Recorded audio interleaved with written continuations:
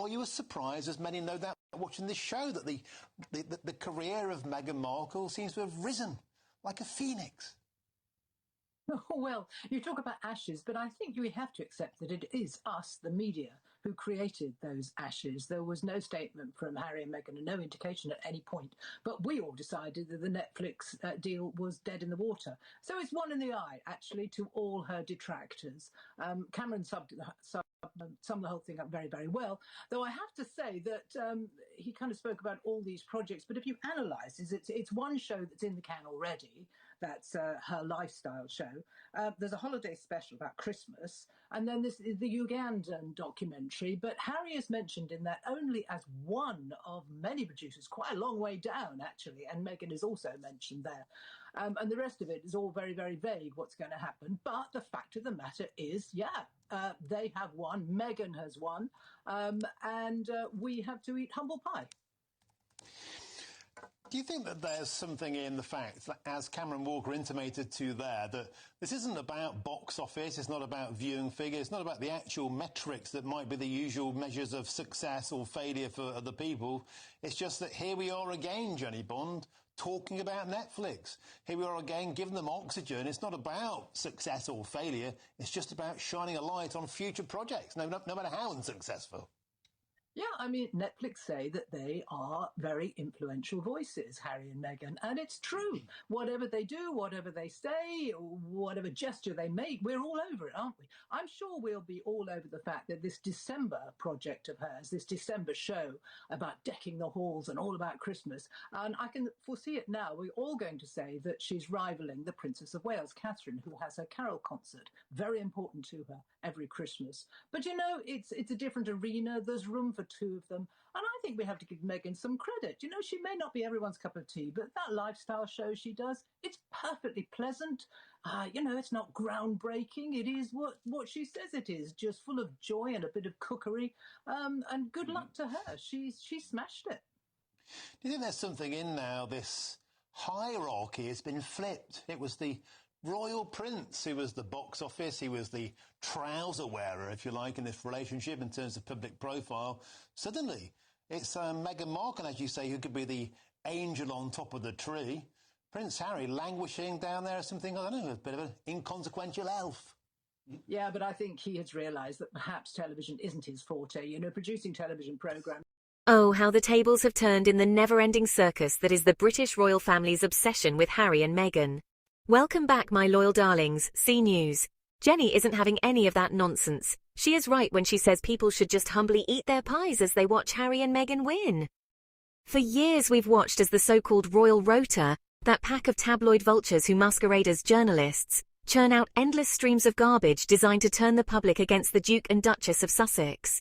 They peddle lies, twist facts, and amplify every petty grudge from Buckingham Palace, all in a desperate bid to make Harry and Meghan look like villains. The goal? Simple. Stir up hate, isolate them, and protect the fragile egos of the remaining royals who can't stand the spotlight shifting away from their dull, taxpayer-funded charades. But guess what? It hasn't worked. People around the world still adore Harry and Meghan. Their authenticity, their willingness to call out the rot in the system, and their genuine efforts to make a difference have won hearts everywhere, from Hollywood to humanitarian circles. Despite the royal family's relentless, senseless campaigns to drag them down, Harry and Meghan keep rising.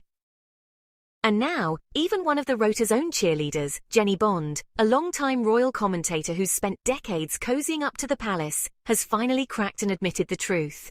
In a recent TV appearance, she basically threw her hands up and said the quiet part out loud. The Rota's been spewing nonsense hoping to bury Harry and Meghan under a mountain of hate, but newsflash, it's backfired spectacularly. Bond, who's built a career on defending the indefensible antics of the Windsors, couldn't hide from reality anymore after Harry and Meghan scored a fresh deal with Netflix. Everyone in the media bubble had been crowing that the Sussexes were done, washed up, their streaming empire crumbling.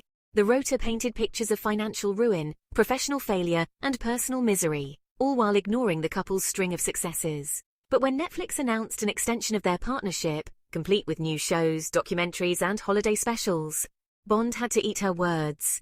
We all decided that the Netflix deal was dead in the water, she confessed, admitting that the assumptions were baseless. Then came the killer line, Meghan has won and we have to eat humble pie. Hilarious, right? After years of venom, she's telling her fellow rota hacks to stuff their faces with humility because Harry and Meghan have come out on top. Let's not sugarcoat this. The royal rota isn't just misguided, it's toxic to its core. These journalists aren't reporting news, they're waging a coordinated smear war, fed leaks straight from the palace to keep the narrative alive. Remember the endless headlines about Meghan being a diva, a bully, or whatever fabricated drama they could drum up? It was all engineered to make her seem unlikable, to erode public support. They hoped the hate would stick, that people would turn on her for daring to be a biracial American woman who wouldn't play by the archaic rules of a family stuck in the 19th century. And Harry? They portrayed him as a whipped puppet, brainwashed by his wife, all to undermine his credibility, after he had the guts to walk away from the dysfunction. The royal family, those entitled relics, have been pulling the strings behind it all. Charles, with his jealousy-fueled pettiness, stripped Harry of security and titles like a spiteful kid hoarding toys. William, the so-called heir who's more interested in photo ops than real leadership, has let his rage simmer publicly, leaking stories to paint his brother as the bad guy. And don't get me started on the rest of them. The Camillas, the Kates, the whole inbred crew, who sit in their gilded cages, seething because Harry and Meghan dared to escape and thrive without their permission. Their efforts to put the Sussexes down have been nothing short of pathetic, blocking charity work, ignoring Invictus Games achievements, and pretending like the couple doesn't exist while obsessing over them in private. Yet, despite this barrage of negativity, the love for Harry and Meghan persists. Why? Because they're real. Harry, with his raw honesty about mental health and his mother's legacy, connects with people on a human level the stuffy Windsors could never dream of. Meghan, that powerhouse of a woman, has turned her platform into a force for good, advocating for women's rights, racial justice, and community building. Their Netflix projects aren't just entertainment, they're impactful, like the Invictus documentary that highlighted veteran struggles, or the personal series that exposed the palace's hypocrisies. People see through the rota's BS because Harry and Meghan's actions speak louder than the lies. Bond's admission is a crack in the facade, a moment where even a palace loyalist has to acknowledge the failure of the hate machine. This isn't just about one commentator flipping the script, it's actually a symptom of a much bigger shift. The royal family, well, they're sort of crumbling under their own weight. Charles's reign is, honestly, a snooze fest, marked by health scares and PR blunders. William looks more and more out of touch, clinging to traditions that, let's be real, bore everyone to tears. The institution is outdated, irrelevant, and frankly a bit embarrassing in a modern world that values diversity and progress over bloodlines and bows. Their senseless efforts to diminish Harry and Meghan only highlight their insecurities, afraid that without the Sussexes' star power, the monarchy just fades into obscurity. Meanwhile, Harry and Meghan are out there living their best lives in California. Meghan's lifestyle show promises to blend cooking, culture, and holiday cheer, proving she's not just surviving, but actually dominating in her lane. Harry's focusing on what he does